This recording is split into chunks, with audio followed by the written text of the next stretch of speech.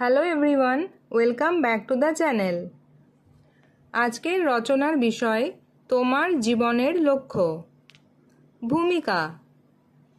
লক্ষ্যহীন জীবন অনেকটা হালহীন নৌকার মতো, যা কোনো নির্দিষ্ট গন্তব্যে পৌঁছাতে পারে না। জীবনের সঠিক পথে চলার জন্য একটি আদর্শ লক্ষ্যের প্রয়োজন। শৈশব থেকেই মানুষের মনে একটি স্বপ্ন বা লক্ষ্য থাকা উচিত, যা তাকে ভবিষ্যতের দিকে এগিয়ে নিয়ে যায়। লক্ষ্যের গুরুত্ব। পৃথিবীতে সফল হওয়ার মূল চাবিকাঠি হল কঠোর পরিশ্রম এবং একটি নির্দিষ্ট লক্ষ্য। লক্ষ্য থাকলে মনোযোগ বিক্ষিপ্ত হয় না এবং সময়ের সঠিক ব্যবহার সম্ভব হয়। তাই আমিও আমার ভবিষ্যৎ জীবনের জন্য একটি মহৎ লক্ষ্য স্থির করেছি। আমার লক্ষ্য। আমার জীবনের লক্ষ্য হল একজন আদর্শ শিক্ষক হওয়া।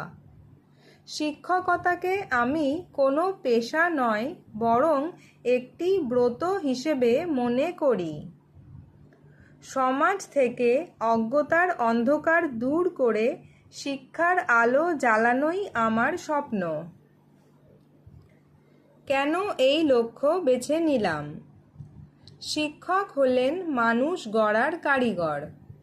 আমাদের দেশে আজও শিক্ষার হার অনেক কম এবং অনেক স্থানে সুশিক্ষার অভাব রয়েছে। আমি মনে করি একজন শিক্ষক হিসেবে আমি কেবল পাঠ্য বইয়ের শিক্ষা নয়, শিক্ষার্থীদের নৈতিকতা ও মূল্যবোধ শিখিয়ে আদর্শ নাগরিক হিসেবে গড়ে তুলতে পারব। লক্ষ্য পূরণের প্রস্তুতি। আমি জানি আমার এই লক্ষ্য পূরণ করা সহজ নয়। এর জন্য প্রয়োজন গভীর জ্ঞান ও ধৈর্য।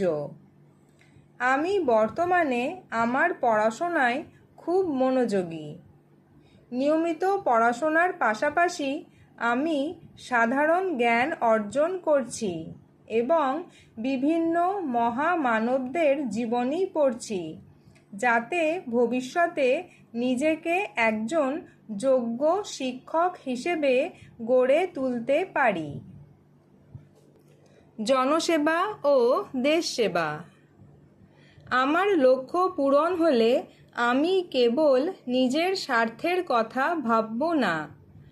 আমি চাইব গ্রামের সুবিধা বঞ্চিত শিশুদের মধ্যে শিক্ষার আলো ছড়িয়ে দিতে। দরিদ্র মেধাবী শিক্ষার্থীদের বিনামূল্যে পড়ানোর ইচ্ছা আমার আছে, কারণ শিক্ষিত জাতিই পারে একটি উন্নত দেশ উপহার দিতে। উপসংহার। পরিশেষে বলা যায়, লক্ষ্য স্থির করাই বড় কথা নয়, তা বাস্তবায়নের জন্য চাই অদম্য ইচ্ছাশক্তি ও নিরলস প্রচেষ্টা। আমি আমার স্বপ্নের প্রতি দায়বদ্ধ এবং আমি বিশ্বাস করি কঠোর পরিশ্রমের মাধ্যমে আমি আমার লক্ষ্যে পৌঁছাতে পারব এবং দেশের সেবায় নিজেকে উৎসর্গ করতে পারব।